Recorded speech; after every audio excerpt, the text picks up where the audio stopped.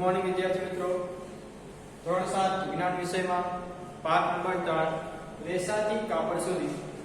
આ પાઠમાં અગાઉના પાઠમાં આપણે રેસાના પ્રકાર અને ઊનના રેસા ક્યાંથી મેળવવામાં આવે છે અને મેળવવા માટે આપેલી પ્રક્રિયા જે છે તેનું આપણે સોપાન વાઇઝ વર્ગીકરણ કરેલું. એ સોપાનનું થોડું પુનરાવર્તન કરી લઈએ. પછી આજે આપણે નવા રેસાનો અભ્યાસ કરવાનો છે, રેશમના રેસા. એ રેશમના રેસા કયા પ્રાણીમાંથી કે કયા સજીવમાંથી મેળવવામાં આવે છે અને કેવી રીતે મેળવવામાં આવે છે, એની પર કઈ કઈ પ્રક્રિયા કરવામાં આવે છે, આ બધી વાત આજે આપણે કરવાની છે. પણ પહેલા આપણે ઊનના રેસાના જે સોપાનો જોયેલા એનું થોડું રિવિઝન કરી લઈએ.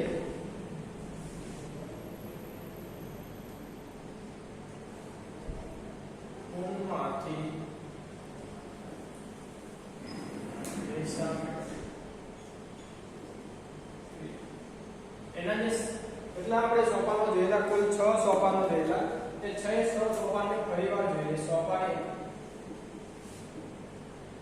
પહેલા સોપાનમાં આપણે શું કરતા કે ઘેટાના શરીર ઉપરથી ઊન જે હોય એને ઉતારી, એટલે કે કાતરણી ક્રિયા જેને આપણે કહેતા. પહેલા સોપાનમાં કઈ રીતે આપણે કાતરણી. સોપાન 2 જેવી આપણે ઊનને ઘેટાના શરીર ઉપરથી ઉતારી લઈએ ત્યારબાદ એ ઊન કેવી હોય છે? મેલી હોય છે, ચિકાસવાળી હોય છે. તો સોપાન 2 માં આપણે ઘસવાની ક્રિયા કરતા.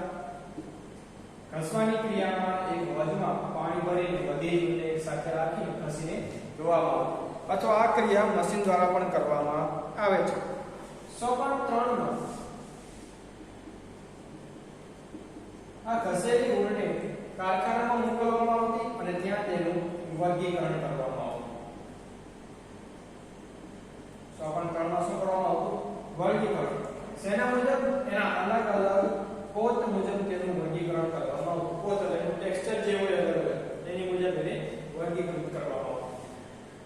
સોપાન 4 માં વર્ગીકરણ કરી લીધા પછી સોપાન 4 માં જે ઊન જે છે તેમાં નાના નાના રેસા જેવા તંતુઓ જે છે જેને બર કહેવાય, એ બરને દૂર કરવાની ક્રિયા કરવામાં આવે છે. બરને દૂર કરવા. સોપાન 5 માં આપણે જોયું કે જે ઊન હોય છે તે મુખ્યત્વે જોઈએ તો વ્હાઇટ, બ્લેક અને કથ્થાઈ રંગની જોવા મળે. પણ આપણે જો ઊન અલગ અલગ રંગની જોઈએ તો આપણે શું કરી શકીએ? એને રંગ લગાવી શકીએ. તો રંગ કરવાની ક્રિયા સોપાન 5 માં કરવામાં આવતી. અને છેલ્લું જે સોપાન છે, ઊનને રંગ થઈ જાય ત્યારબાદ સોપાન 6 માં તેના રેસાઓને સીધા કરીને ગૂંથવામાં અથવા કાપવામાં આવતા.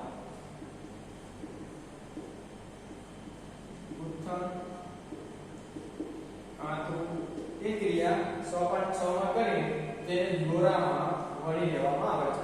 તો અહીંયા આપણે ઊનને ઘેટાના શરીરથી ઉતારવાથી લઈને ઊનના રેસામાંથી દોરી બનાવવા સુધીની ક્રિયાના 6 સોપાનો જોયેલા.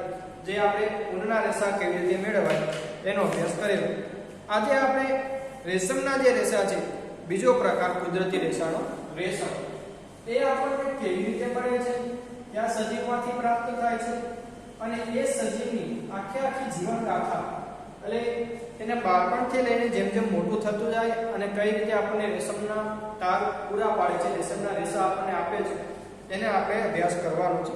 આમાં સોપાન તો નથી, પણ એની જીવન અવસ્થા વિશે આપણે સમજવાનું છે, એક પછી એક જીવન અવસ્થા. તો સમજીએ કુદરતી રેસાનો બીજો પ્રકાર રેશમ. તો પહેલા તો આપણને એ ખબર હોવી જોઈએ કે રેશમના રેસા જે છે જેને સિલ્કના રેસા પણ કહેવામાં આવે છે. સિલ્ક એટલે રેશમ. આ સિલ્ક એટલે કે રેશમના રેસા કેવા પ્રકારના રેસા છે?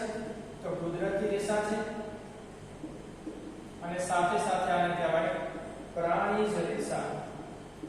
શા માટે પ્રાણીજ રેસા કહેવાય છે? કારણ કે રેશમના કીડા દ્વારા પ્રાપ્ત થાય છે. જે રેસા પ્રાણીઓમાંથી પ્રાપ્ત થતા હોય એવા પ્રાણીઓને કહેવાય પ્રાણીજ રેસા. તો રેશમના રેસા જે છે એ રેશમના કીડા દ્વારા પ્રાપ્ત થતા હોવાથી તેને પ્રાણીજ રેસા તરીકે ઓળખવામાં આવે છે. તો આ રેશમ પ્રાપ્ત કરવા માટે રેશમના કીડાનો ઉછેર કરવો તેને કહેવાય સેરીકલ્ચર.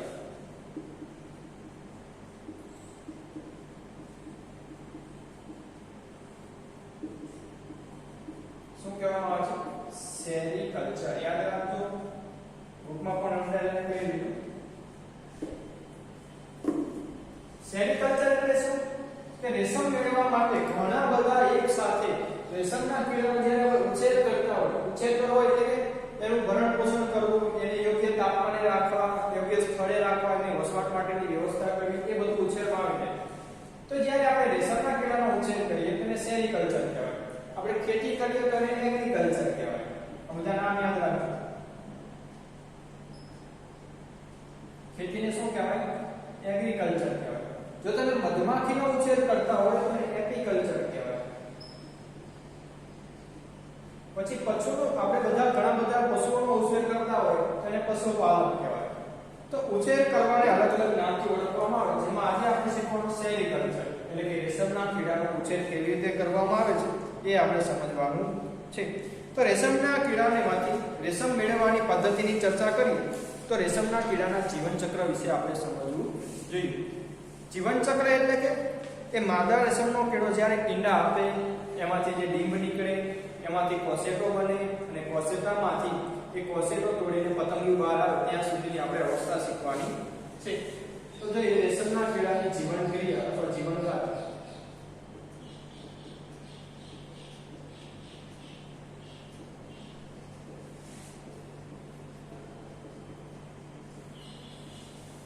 આ રેશમના કીડાની જીવનગાથા જો આપણે શોર્ટમાં સમજવી હોય તો એ રીતે સમજી શકાય કે માદા રેશમનો કીડો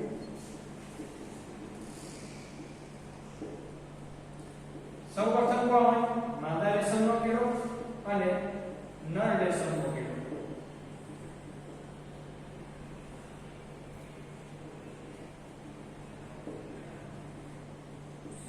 ત્યારબાદ માદા રેશમનો કીડો શું આપે? ઈંડા આપે. માદા રેશમનો કીડો જ્યારે ઈંડા આપે ત્યારે એ ઈંડું જ્યારે પરિપક્વ થઈ જાય ત્યારે તેમાંથી ડીંબ નીકળે. ડીંબ, આ ડીંબને બીજા બે નામે ઓળખવામાં આવે છે, કેટરપિલર અથવા તો રેશમનો કીડો. જે ડીંબ નીકળે, ડીંબ એટલે ટૂંકમાં એક ઈયળ જ હોય. એ ઈયળ જે છે એને બે નામે ઓળખવામાં આવે, કેટરપિલર અને રેશમનો કીડો, અને ત્રીજું નામ છે ડીંબ. તો સૌપ્રથમ માદા રેશમનો કીડો ઈંડા આપે, આ ઈંડું પરિપક્વ થઈ જાય ત્યાંમાંથી ડીંબ નીકળે જેને કેટરપિલર અથવા તો ઈયળ અથવા રેશમનો કીડો તરીકે ઓળખવામાં આવે છે. પછી જે આ કેટરપિલર જે છે, રેશમનો કીડો જે છે, એ પોતાની જાતની આસપાસ એક લાળનું જાળું બનાવે. શું બનાવે? પોતાના શરીરની આસપાસ એક જાળું બનાવે.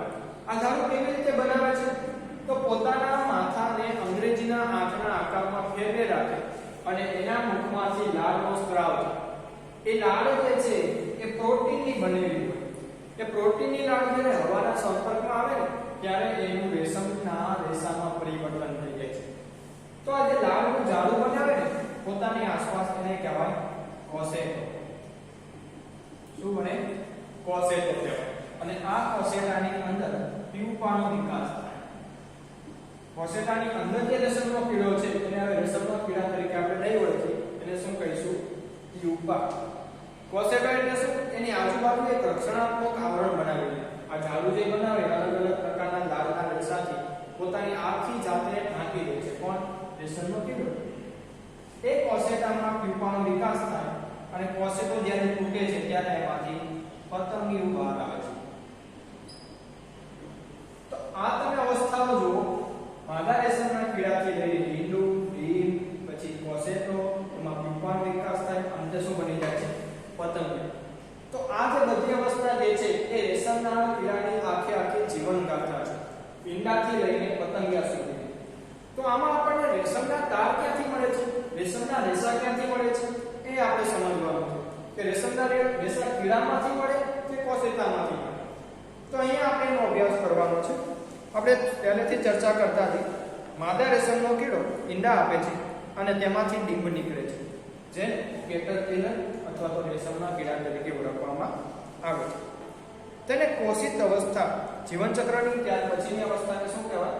કોષિત અવસ્થા. અને કોષેટો જે છે એને કહેવાય કોષિત અવસ્થા અથવા કોષેટાવાળી જે અવસ્થા જે છે તેને પ્યુપા કહેવામાં આવે છે.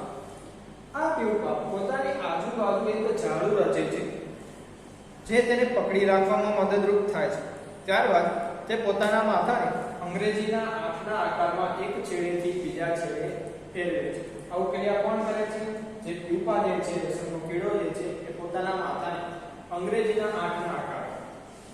તમે જો આપણે રેશમના કીડાની એક આકૃતિ બનાવી, હવે ઈયળ જો એક રેશમનો કીડો હોય એ શું કરે કે પોતાનું માથું હોય એ મુખમાંથી જે લાળ કાઢતું રહે અને પોતાના માથાને આવી રીતે અંગ્રેજીના આંખના આકારમાં ફેરવે. આવી રીતે જ્યારે ફેરવે છે પોતાની જાતને, ત્યારે પોતાની આજુબાજુ શું કરે છે? એક લાળનું ઝાડું રચી દે છે. આ ઝાડાની અંદર પોતાની જાતને શું કરી દે છે? પેક કરી દે છે. તો આ જે ઉપર ઝાડું રચી દીધું એને કોશેટા તરીકે ઓળખવામાં આવે છે. આની ઉપર રક્ષણાત્મક આખું આવરણ બની ગયું એને શું કહેવાય? કોશેટો કહેવામાં આવે છે. તે દરમિયાન જ્યારે પોતાને માથાને અંગ્રેજીના આંખના આકારમાં જ્યારે ફેરવે છે એ દરમિયાન તે પ્રોટીનના તારનો સ્ત્રાવ કરે છે. પ્રોટીનના બનેલા તારનો સ્ત્રાવ કરે છે.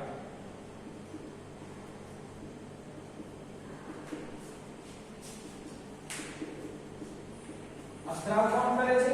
તો જ્યારે આ રેશમનો કીડો પોતાની જાતને અંગ્રેજીના આંખના આકારમાં ફેરવે છે પોતાના માથાને, ત્યારે તે મુખમાંથી પ્રોટીનના તાંતણાનો સ્ત્રાવ કરે છે. એટલે મુખમાંથી જે લાળ સ્ત્રવે છે એ શેની બનેલી હોય છે? પ્રોટીનની બનેલી હોય છે. તો આ પ્રોટીનના તાંતણા જ્યારે હવાના સંપર્કમાં આવે, પ્રોટીનના તાંતણા જે બહાર આવી જાય પછી કોના સંપર્કમાં આવવાના? હવાના સંપર્કમાં આવવાના. તો જ્યારે પ્રોટીનના તાંતણા જે છે એ હવાના સંપર્કમાં આવશે ત્યારે તેમાંથી રેશમનો તાર બને છે. શું બને? રેશમનો તાર બને છે.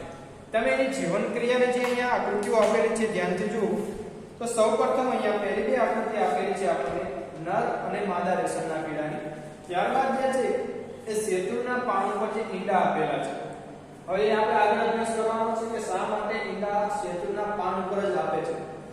ત્યારબાદ રેશમના કીડાની આકૃતિ છે જે ઈયળ આકારનો હોય અને રેશમનો કીડો જ્યારે પોતાની આજુબાજુ ઝાડો બનાવી ત્યારે ઈ આકૃતિમાં તમે જુઓ કોશેટો.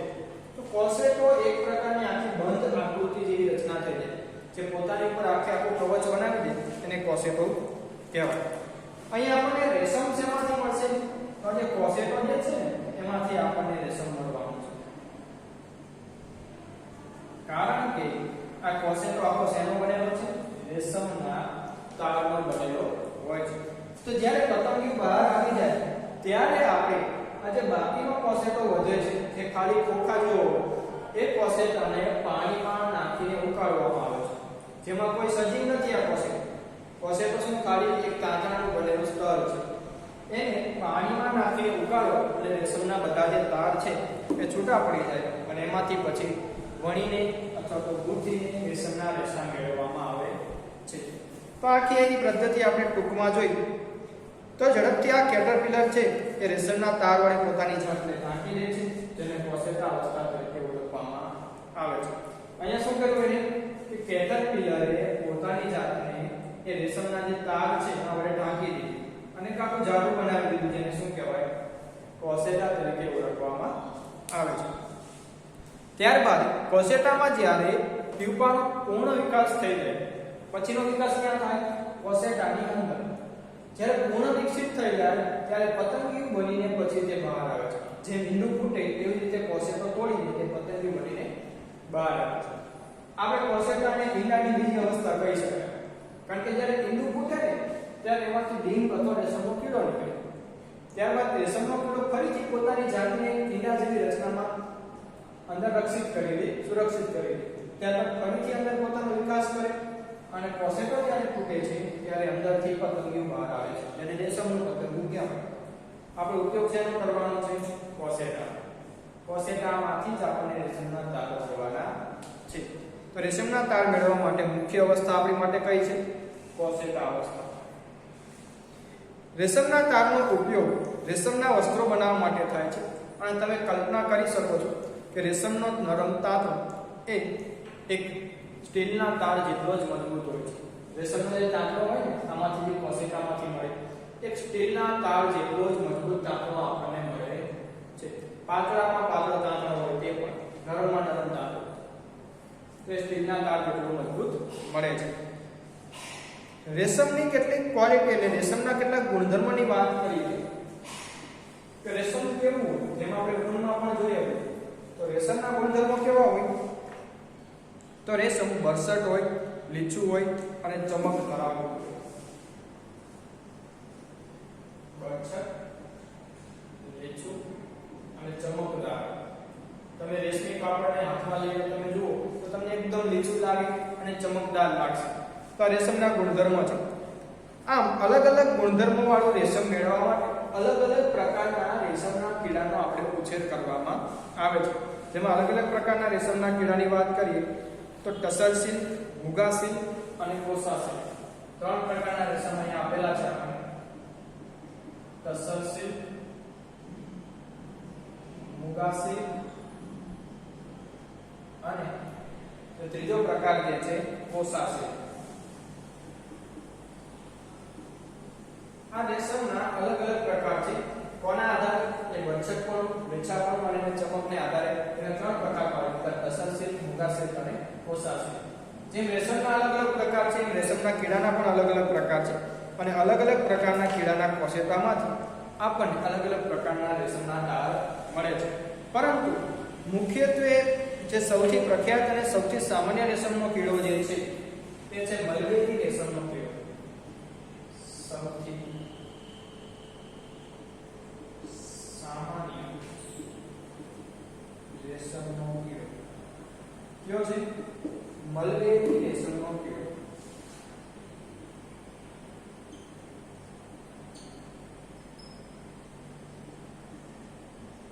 આજે મલબેરી રેશમનો કીડો છે એ સૌથી સામાન્ય રેશમનો કીડો છે. એટલે મુખ્યત્વે જે આપણને રેશમ જોવા મળે છે કોનું હોય? આજે મલબેરી રેશમના કીડાનું રેશમ આપણને જોવા મળે છે અને ખૂબ જ વધારે ઉપયોગમાં આનું રેશમ આવે છે. આ કીડાના રેશમમાંથી મળતો તાર મુલાયમ હોય છે, ચમકદાર હોય છે અને મજબૂત હોય છે. મલબેરી રેશમના કીડામાંથી જે તાર હોય એ કેવો? મુલાયમ, ચમકદાર અને મજબૂત હોય છે. એટલા માટે સૌથી સામાન્ય રેશમ કયું છે? મલબેરી રેશમના કીડામાંથી મળતું રેશમ છે.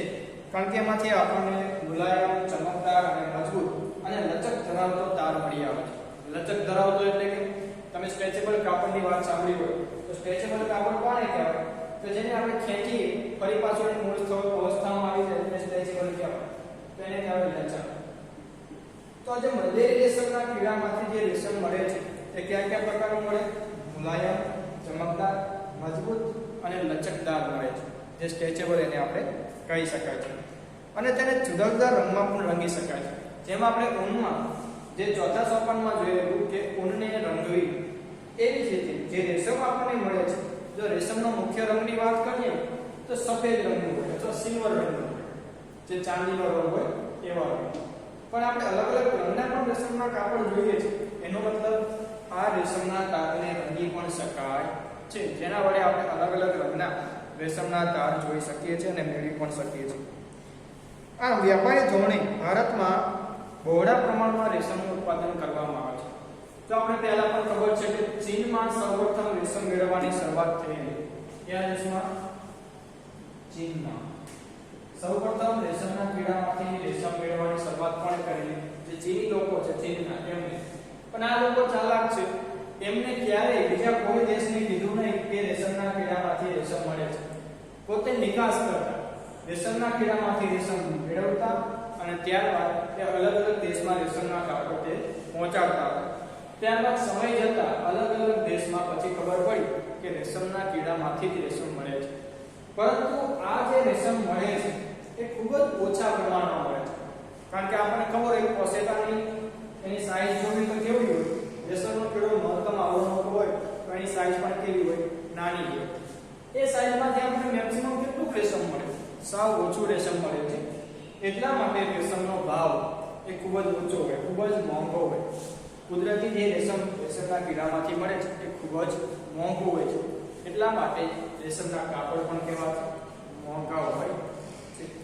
એટલે સસ્તું રેશમ મેળવવા માટે હાલના સમયમાં એક કૃત્રિમ રેશમનો ઉપયોગ વધી ગયો છે. કૃત્રિમ રેશમ એટલે કોઈ પદાર્થ ઉપર રાસાયણિક પ્રક્રિયા કરીને નવા કૃત્રિમ તાર બનાવવામાં જેને રેશમના કીડામાંથી નથી મેળવવામાં આવતો તેવા રેશમનો ઉપયોગ આજના સમયમાં થાય છે, જેનો અભ્યાસ આપણે ધોરણ 8 માં માનવ સર્જિત રેશમમાં કરવાનો છે.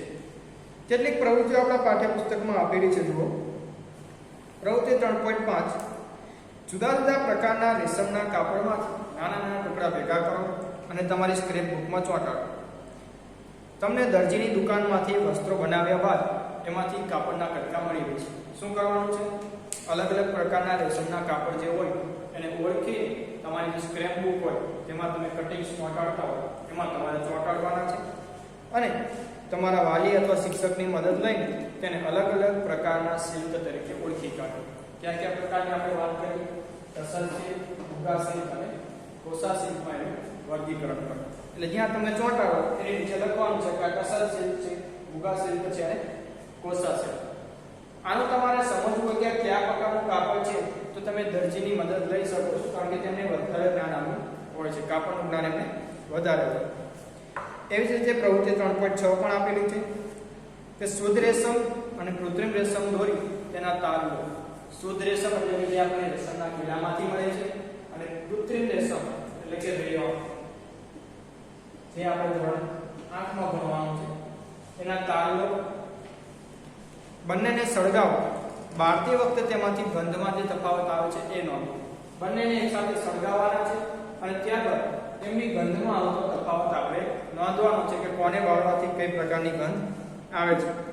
આ ઉપરાંત જ્યારે આપણે શુદ્ધ રેશમને એટલે કે જે રેશમના કીડામાંથી મળે છે અને કૃત્રિમ રેશમ બંનેને બાળીશું તો જે રેશમ શુદ્ધ છે જે રેશમના કીડામાંથી મળે છે એ સંપૂર્ણ બળી જાય છે, પણ આ રેયોનનું જે કાપડ હોય એ તમને પ્લાસ્ટિકની જેમ એનો રસ પડતો દેખાશે, કારણ કે કૃત્રિમ છે એ પ્લાસ્ટિક જેવું કાપડ એટલા માટે એમાંથી રસ નીકળતો એવું તમને દેખાશે. તો અહીંયા પણ તમને બંનેમાં તફાવત જોવા મળે છે. બંનેની ગંધ પણ અલગ હોય અને બંનેની સળગવાની ક્રિયા પણ અલગ અલગ રીતે થતી જોવા મળે છે.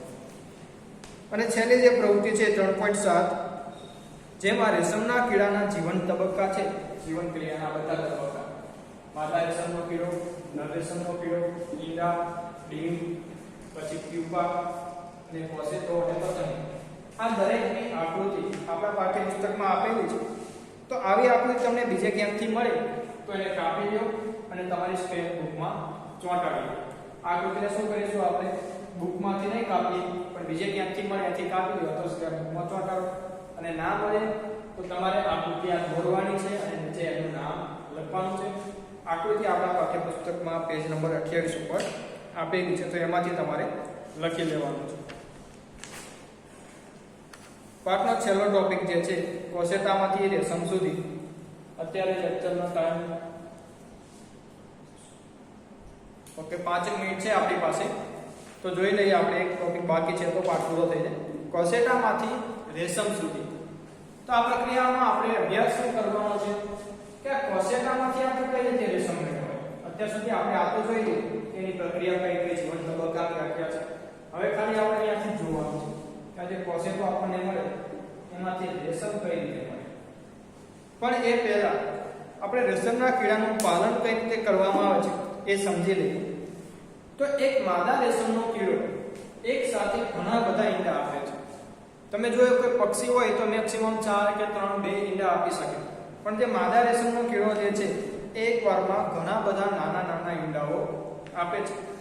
આ ઈંડાઓને તમારે કાગળ પર કે પછી કાપડની પટ્ટી ઉપર કે પછી શેતુરના પાન પર સંગ્રહ કરવામાં આવે છે. આ બધું કોણ કરે છે? જે સેરીકલ્ચર કરતા હોય, રેશમના કીડાનું પાલન કરતા હોય, જે લોકો રેશમના કીડાનું પાલન કરે છે એ લોકો જ્યારે માદા રેશમનો કીડો જ્યારે ઈંડા આપે તો એને કાપડની પટ્ટી ઉપર, કાગળ ઉપર અથવા શેતુરના પાન ઉપર રાખી મૂકે છે. ત્યારબાદ રેશમના કીડા પાડનારને તેને વેચવામાં આવે છે. ત્યારબાદ જે રેશમના કીડા પાડે છે એમને વેચી દેવામાં આવે છે. ત્યારબાદ સંગ્રહ પછી કોણ કરશે? કે રેશમના કીડા જે પાડે છે એ લોકો કરશે. આકૃતિમાં તમે જોઈ શકો કે આકૃતિ 3.10 એમાં એ જે છે એમાં ઈંડા સાથે માદા રેશમનો કીડો આપેલો છે. તમે જો કે માદા રેશમનો કીડો કેટલા બધા ઈંડા આપે છે, જે નાના નાના દર્શાવેલા છે ઈંડા છે, ઘણા બધા ઈંડા આપે છે. પછી જે કીડા પાળનાર હોય છે કે જે આ કીડાનું પાલન કરે છે તે લોકો શું કરે કે આને અનુકૂળ તાપમાને અને ભેજવાળા વાતાવરણમાં રાખવામાં આવે છે. અનુકૂળ તાપમાન શા માટે? કારણ કે જો ઈંડાને ખૂબ વધારે તાપમાને રાખવામાં આવે કે જ્યાં તડકો વધારે આવતો હોય તો ઈંડા નાશ પામશે, એનો વિકાસ થશે નહીં. અને યોગ્ય ભેજવાળું વાતાવરણ પણ હોવું જોઈએ, સાવ સૂકું પણ નહીં અને વધારે ભેજવાળું પણ નહીં. તો એવા તાપમાને રાખી તો આપણે ઈંડાનો વિકાસ સારો એવો કરી શકીએ છીએ. એટલા માટે જેને સ્વાસ્થ્યપ્રદ વાતાવરણમાં રાખવામાં આવે છે. અને ત્યારબાદ થોડાક સમય પછી ઈંડું વિકસિત પામીને એમાંથી ડીંબ બહાર આવે. થોડોક સમય થાય એટલે ઈંડામાંથી શું બહાર આવી જાય છે? ડીંબ બહાર આવે છે. હવે ડીંબને ખોરાકની જરૂર પડે. ડીંબ જે છે ને એક ઈયળ જેવી અવસ્થા છે, આપણે બોલી છીએ. તો ડીંબને ખોરાકની જરૂર પડે તો ખોરાક તરીકે કોનો ઉપયોગ કરે છે ડીંબ? શેતુરના પાન.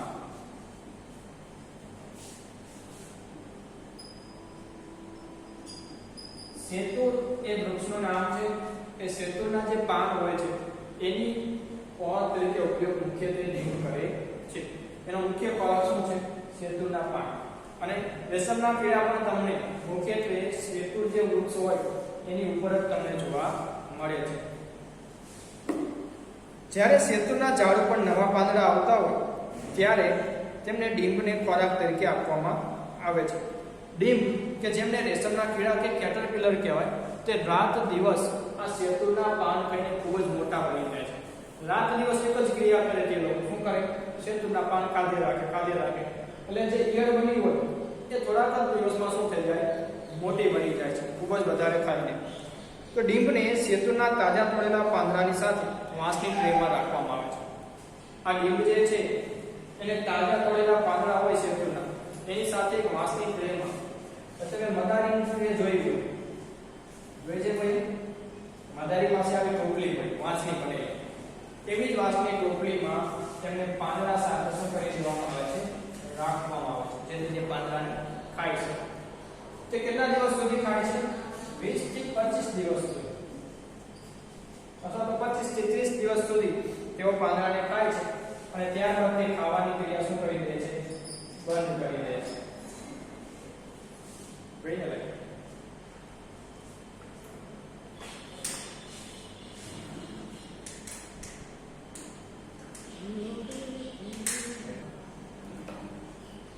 તો વિદ્યાર્થી મિત્રો, આજે અહીંયા સુધી આપણે રાખીએ.